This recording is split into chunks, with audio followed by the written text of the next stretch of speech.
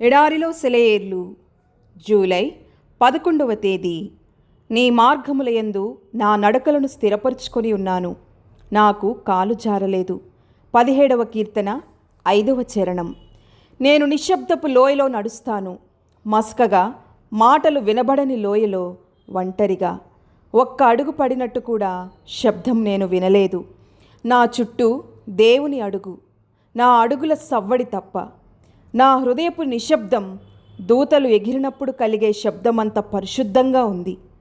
ఒక ఆమె ఒక కలగన్నది. ఆ కల తన జీవితాన్ని అధిగమించిందని, తన చేదు అనుభవాలన్నిటినీ మధురంగా మార్చిందని చెప్పింది. సంతోషకరమైన లేత పచ్చిక బయళ్లలో ఒక సమూహంతో కలిసి నిల్చుంది. ఆమె అక్కడ నిలబడి ముందుకు చూస్తుండగా ఎత్తైన గరుకైన లోయవలే ఇరుకైన ఒక మార్గాన్ని చూసింది. అది ఎత్తుగా ఉంది. దారంతా ముళ్ళ పొదలు, గచ్చ పొదలు, పరుపులా ఉన్నాయి.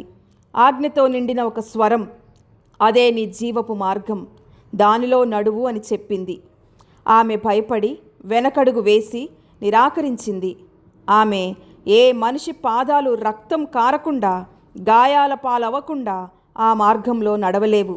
ఏ మనిషి బలం కూడా అలాంటి కఠినమైన గరుకైన ముళ్ళ దారిలో ప్రయాణించడానికి సహకరించదు. నేను అలసిపోయి నా రక్తమంతా కారిపోయి చనిపోతాను అంది. ఆ స్వరం కఠినంగా, ఇది నువ్వు నడవలసిన మార్గం, దానిలో నడువు అని చెప్పింది. కాబట్టి ఆమె నడవడం ప్రారంభించింది. కొన్ని అడుగుల దూరంలో రాళ్ళు, ముండ్ల పొదలు ఉన్నాయి. కానీ ఆమె తన అడుగు ముందుకు వేయగానే దేవదూత వంటి ఒక చిన్న అబ్బాయి ఆమె ముందుకు వచ్చి ఆమె ఒక్కో అడుగు వేయడానికి మార్గంలో ఉన్న ముళ్లను, రాళ్లను తీసేస్తున్నాడు. ఒక్కసారి ఒక్క అడుగు వేయడానికి మాత్రమే నేలను సిద్ధం చేస్తున్నాడు. చివరికి తానెంత దూరం వచ్చిందో వెనక్కి తిరిగి చూసింది. అక్కడ ఆ దారి ప్రారంభంలో రక్షకుడు నిలబడి ఉండడం ఆమె చూసింది.